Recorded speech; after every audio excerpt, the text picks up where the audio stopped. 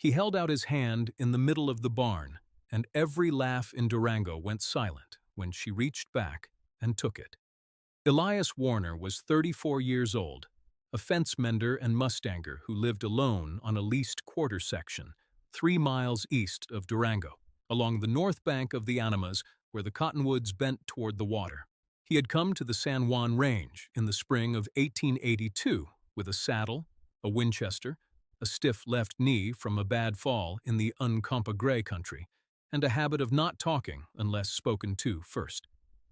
He was tall and lean in the shoulders, with dust-brown hair kept short under a flat-crowned hat, gray eyes that took a long moment to settle on a person, and hands too weathered for a man his age.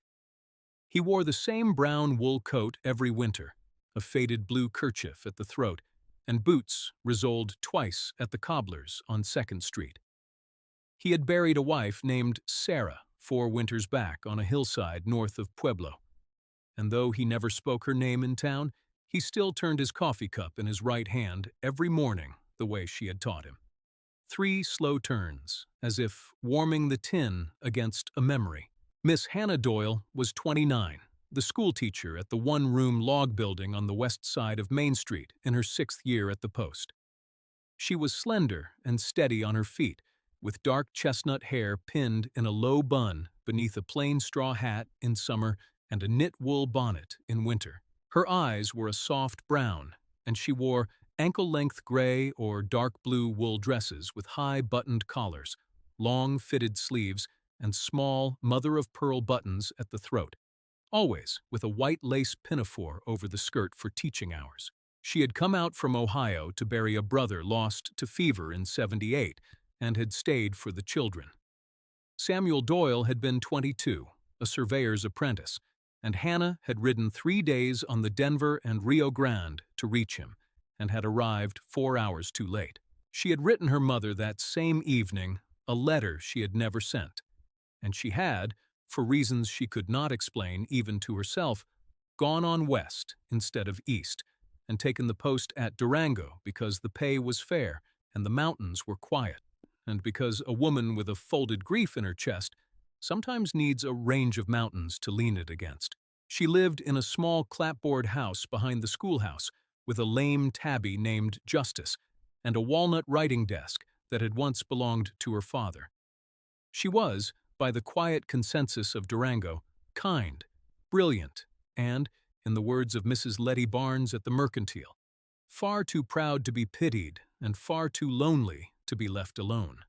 Durango, in the autumn of '86, was a town of some 800 souls, sprawled along the D&RG tracks between the river and the low western hills, with a bank, a hotel, 2 churches, a livery, 4 saloons that Reverend Whitfield tried and largely failed not to notice, and on Main Street, Mrs. Barnes's Mercantile, whose front window in October always held the same 3 things: a crate of new season apples from the Montezuma Valley, a bolt of dark blue wool at half price, and a hand-lettered broadside for whatever gathering the Reverend was hosting next. That October, the broadside read, "Harvest Dance, Saturday the 16th, 7 o'clock, Whitfield Barn. Bring a partner or find one. All welcome."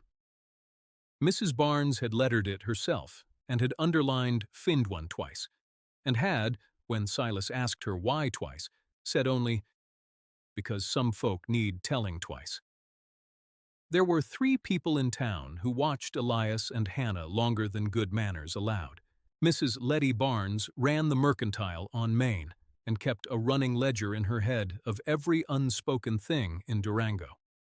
Reverend Amos Whitfield preached at the Methodist chapel on Sundays, and, being a widower himself, understood the specific weight of a hand that had once held another's. And Silas Bream, the blacksmith, a broad and bearded man with soot in his beard and a wife of 30 years, said less than either of them, but noticed more. It was Mrs. Barnes who said the words first, on an afternoon in early October of 1886, as the golden cottonwoods along the Animas began to shed. "That teacher and that mustanger," she said to Silas, sliding a pound of coffee across her counter, are going to break each other's hearts by pretending not to know they already share one. Silas grunted, which in Silas meant agreement.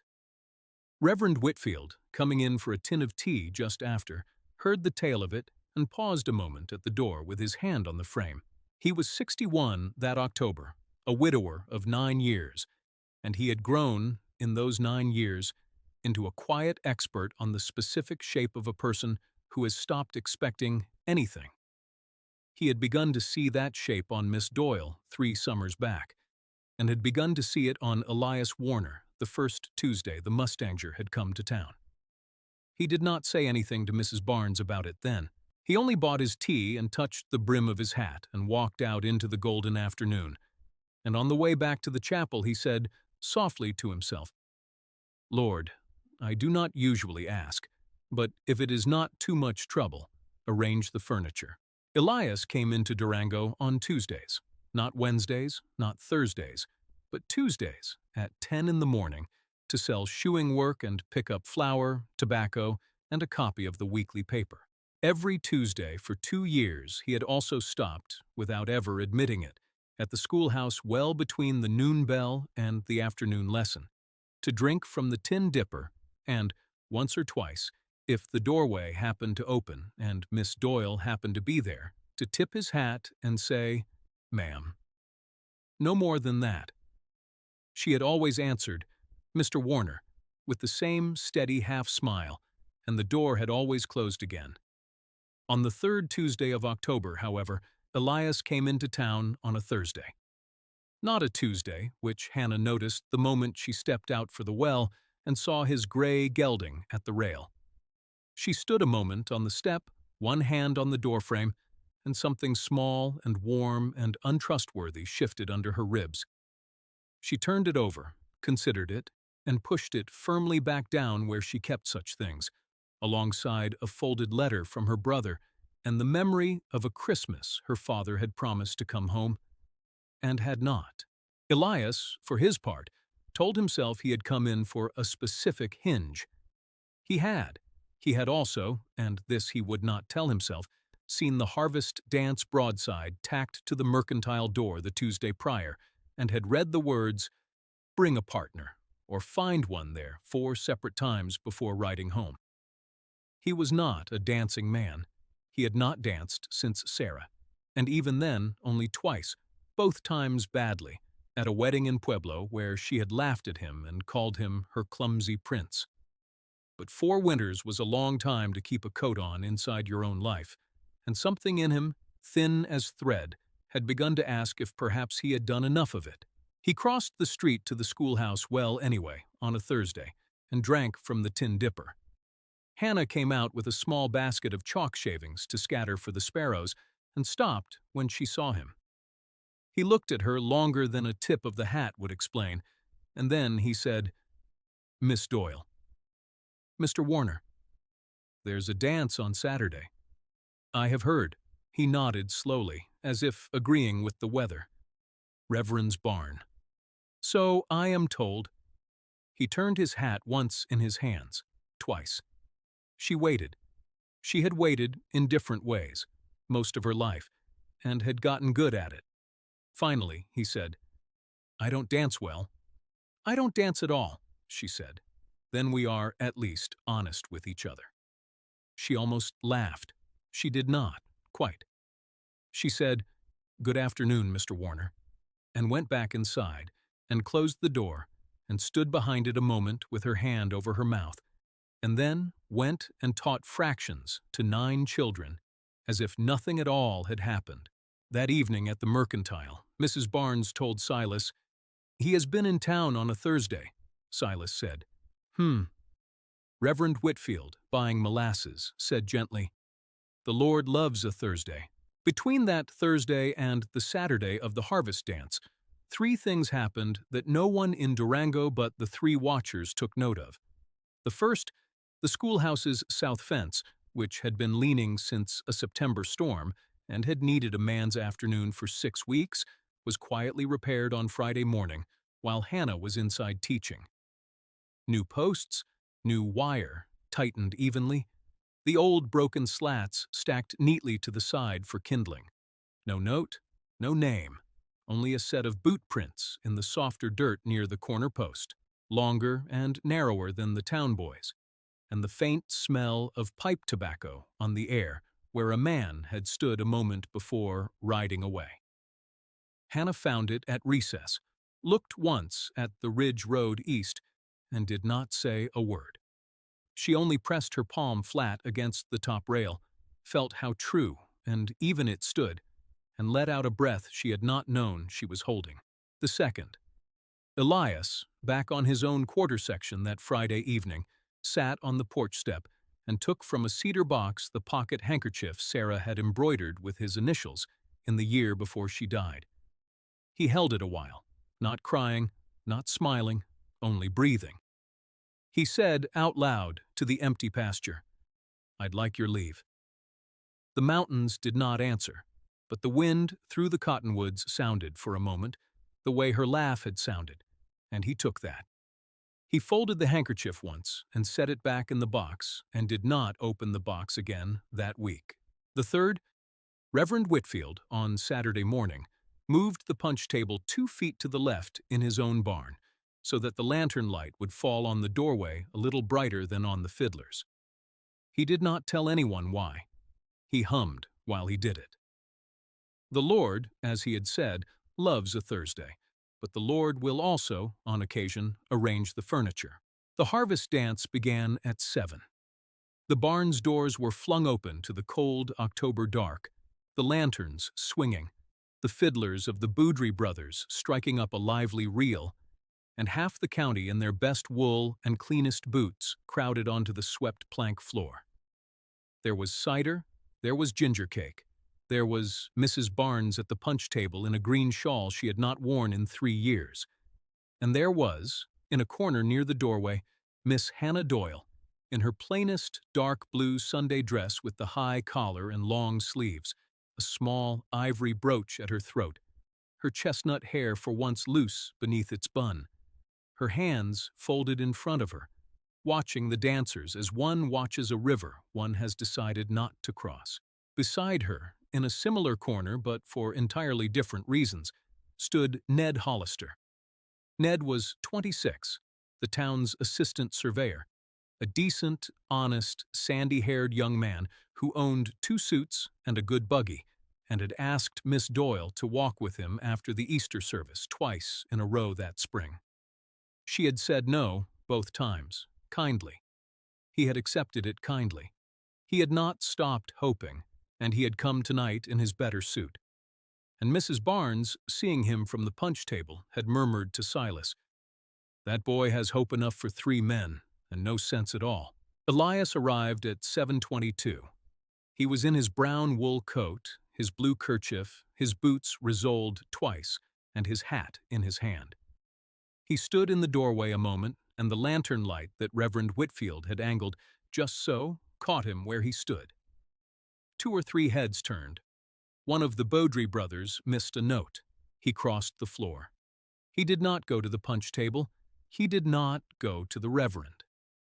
He walked straight to the corner where Hannah stood, past Ned Hollister, past 3 of the town's married men who had raised their brows already, and he stopped in front of her, and he bowed slightly, stiff at the knee where the old fall had left him, and he said, loud enough for the nearest fiddler to hear over the tune, "Miss Doyle, may I have this dance?" The following Tuesday, a true Tuesday, at 10 in the morning, Elias came into Durango and did not stop at the schoolhouse well. He stopped instead at the schoolhouse door, at the noon bell, with his hat in his hands. Hannah came to the door, and he said, "Ma'am, I owe you a proper conversation, and a barn dance is not a proper conversation." "No, Mr. Warner, it is not. If you would allow it, I would like to come by on Sunday afternoon and sit on your porch for 1 hour and drink 1 cup of tea and speak to you plainly. And then I will ride home, and you will decide what you wish." Hannah looked at him a moment. "You may." He came on Sunday. He drank 1 cup of tea. He spoke to her plainly. He told her about Sarah, buried on a hillside north of Pueblo 4 winters back. and about how she had been 26 and had died of a fever that had come and gone in 9 days and had taken her on the 10th, and about the coffee cup he still turned 3 times in his right hand every morning, and about the handkerchief in the cedar box, and about asking Sarah's leave on Friday evening on his porch step and hearing her laugh in the cottonwoods and taking that.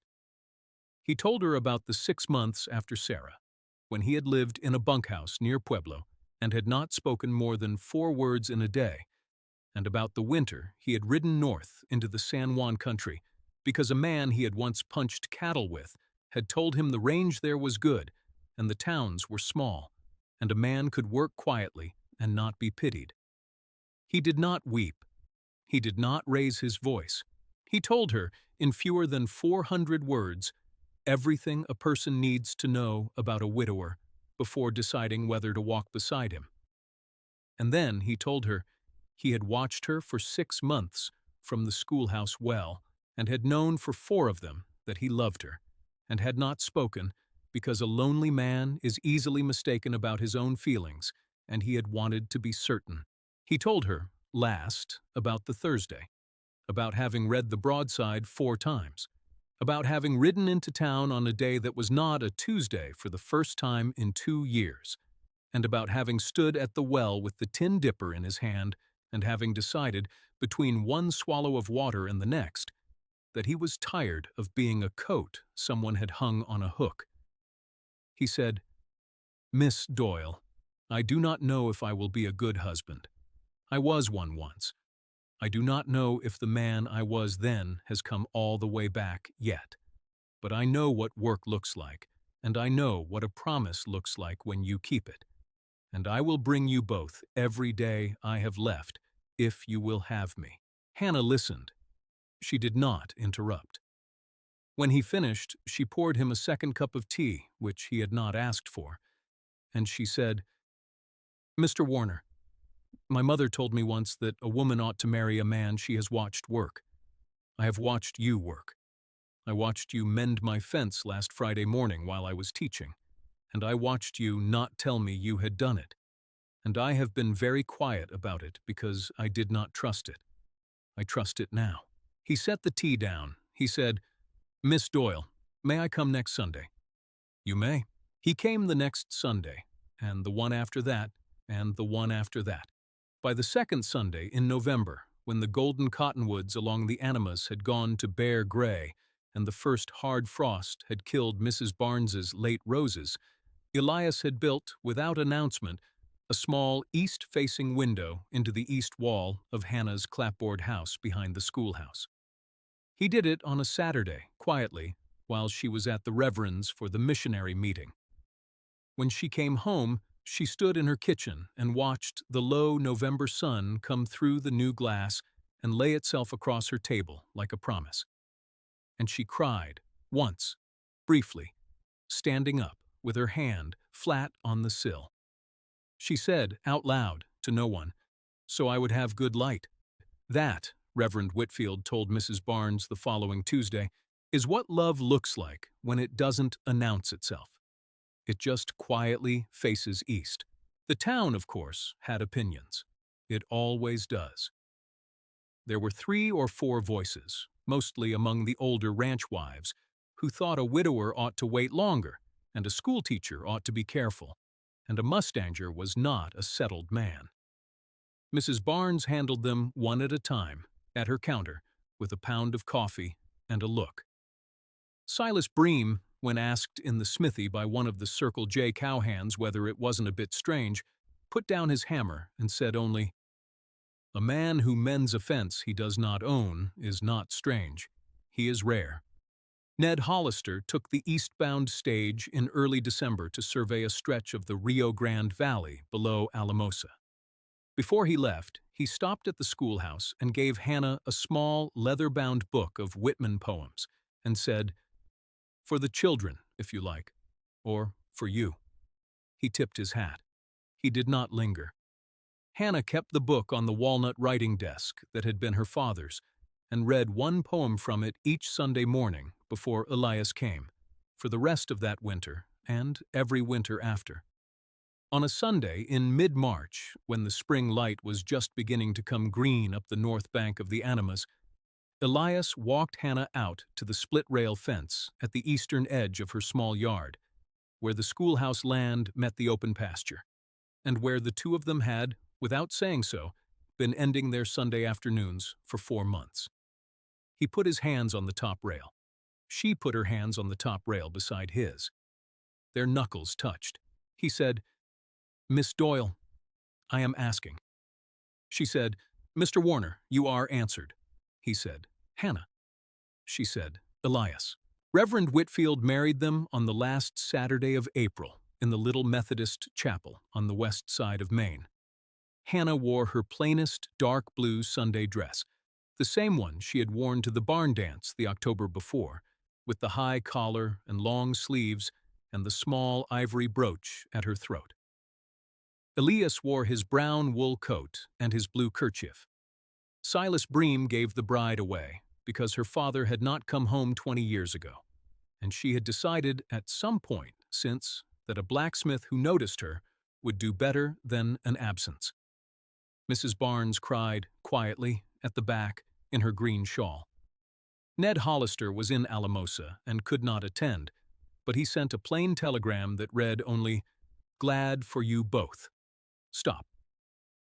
And Reverend Whitfield, joining their hands, looked out over the 20-odd people in the pews and said, in his kind, plain, Thursday-loving voice, that some loves arrive with fanfare, and some loves arrive quietly on a Thursday at a well, and that the quiet ones are, in his long experience, the ones that last.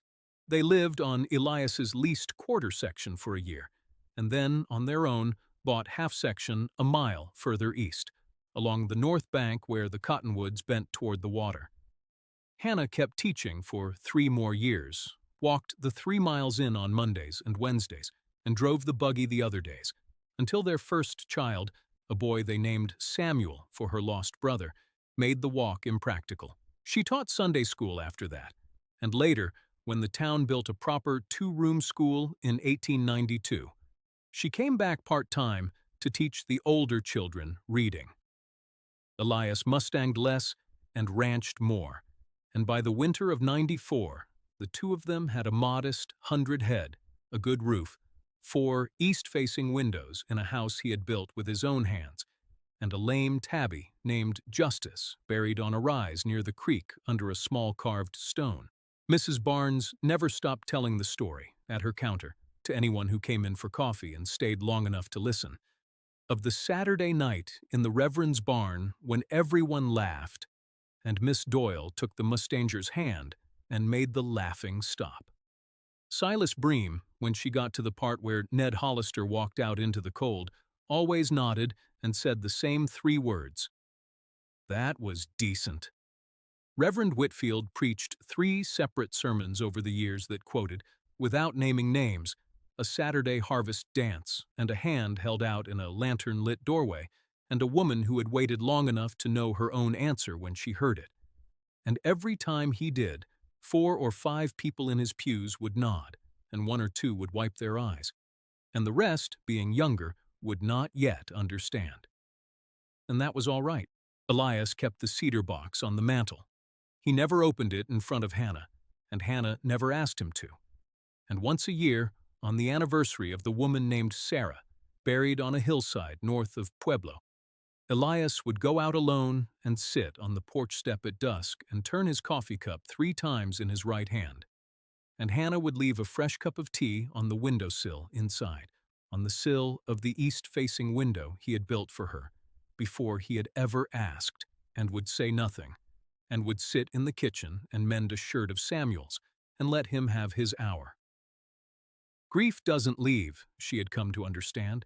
It just learns to share the house with other things. On a September evening in 1896, 10 years to the week after the Reverend's harvest dance, Elias came in from the pasture with his hat in his hand, and stood a moment in the kitchen doorway watching Hannah at the table, hair going a little gray at the temples now, a mending basket in her lap. the low light of the east-facing window laying itself across her the way it had that first November afternoon. He said, "Mrs. Warner." She looked up. "Mr. Warner." He crossed the kitchen. He held out his hand. He said, "May I have this dance?" She set down the mending. She stood up. She took his hand. There was no music. Their kitchen was a kitchen. Their son was asleep upstairs. The lantern on the table flickered once. They danced, slowly, badly, together, in the middle of a plain plank floor, and neither of them counted the steps. And that, dear listener, is what love looks like when it does not announce itself. It just quietly faces east and asks once and then again for the next dance. If you have someone in your life who has mended a fence you did not ask them to mend, or built you a window so you would have good light, do not wait for a barn and a fiddler, and a whole county watching to see them for who they are. See them tonight. And if you are the one who has been mending fences without a word, take heart. Somewhere, a Thursday is coming. Someone is about to notice. Take off your hat, cross the floor, hold out your hand. The laughter will not last. Her answer will. Thank you for riding along with me tonight. If this story warmed you, stay with us. Next time, we'll follow a widowed rancher in the high country above Silverton who finds a young woman half frozen at his gate on the first snow of November. And the quiet winter that follows changes them both. Until next time, keep writing.